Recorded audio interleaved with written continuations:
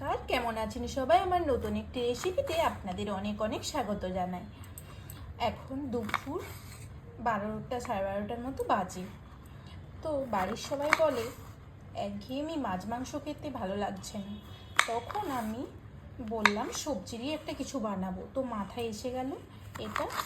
তো পটল ছিল, পটলগুলোকে হাফ ছাড়িয়ে নিয়েছি, হাফ চিড়ে খোসাগুলো চিড়ে নিয়েছি। তো এইভাবেই পটলগুলো কেটে নিলাম। এখন কেটে নিচ্ছি ধনে পাতাগুলো ভালোভাবে ধুয়ে নিয়েছি। এবার কুচি কুচি করে কেটে নিচ্ছি। হয়ে গিয়েছে। এখন একটা পেঁয়াজকে সরু সরু করে কেটে নেব।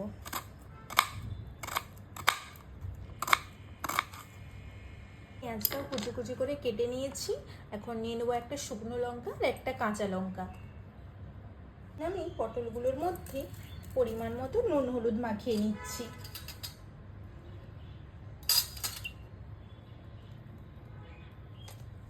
হাতে করে ভালোভাবে মাখিয়ে নিচ্ছি।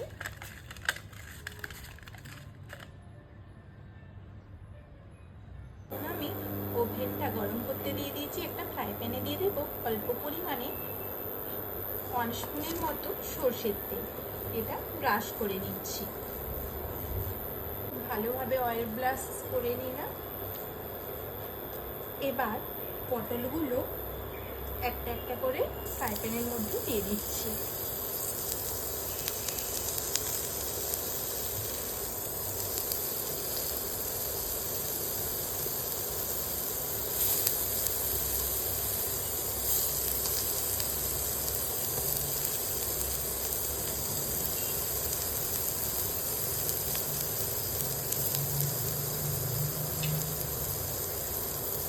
ভাজা ভাজা হয়ে গিয়েছে, আরেকটি উল্টে পাল্টে নিচ্ছি। এইভাবে আস্তে আস্তে উল্টে পাল্টে দু পিঠি ভাজা করে নিচ্ছি।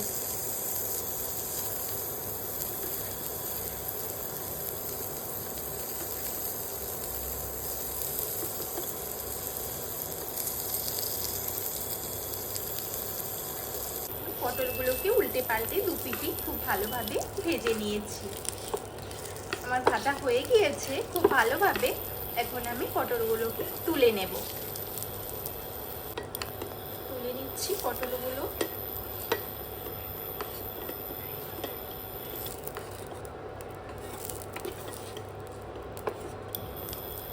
তুলে নিয়েছি।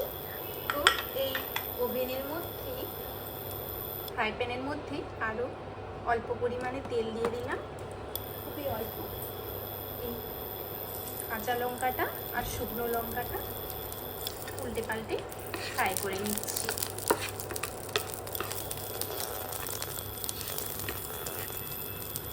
কাঁচা লঙ্কাটা অনেক বড়, তাই মাঝামাঝি এইভাবে কেটে নিচ্ছি। কেটে নিলাম। এখন আরো ভালোভাবে ফ্রাই হয়ে যাবে।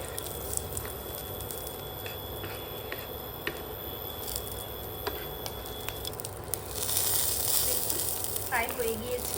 এগুলো এখন লঙ্কাগুলো তুলে নিচ্ছি। একটা পাত্র নিয়ে নিয়েছি। পাত্রের মধ্যে ভেজে রাখা লঙ্কাগুলো দিয়ে দিলাম, আর দিয়ে দেব পরিমাণ মতো লবণ, আর দিয়ে দেব কোচানো পেঁয়াজ আর কোচানো ধনে পাতা। সব কিছু একসাথে মেখে নেব।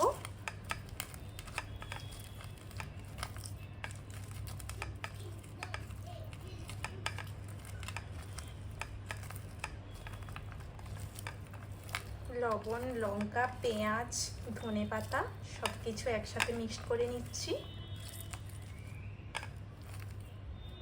এবার দিয়ে দেব ভেজে রাখা পটলগুলো। এগুলো খুব ভালোভাবে একসাথে চটকে নেব বা মেখে নেব।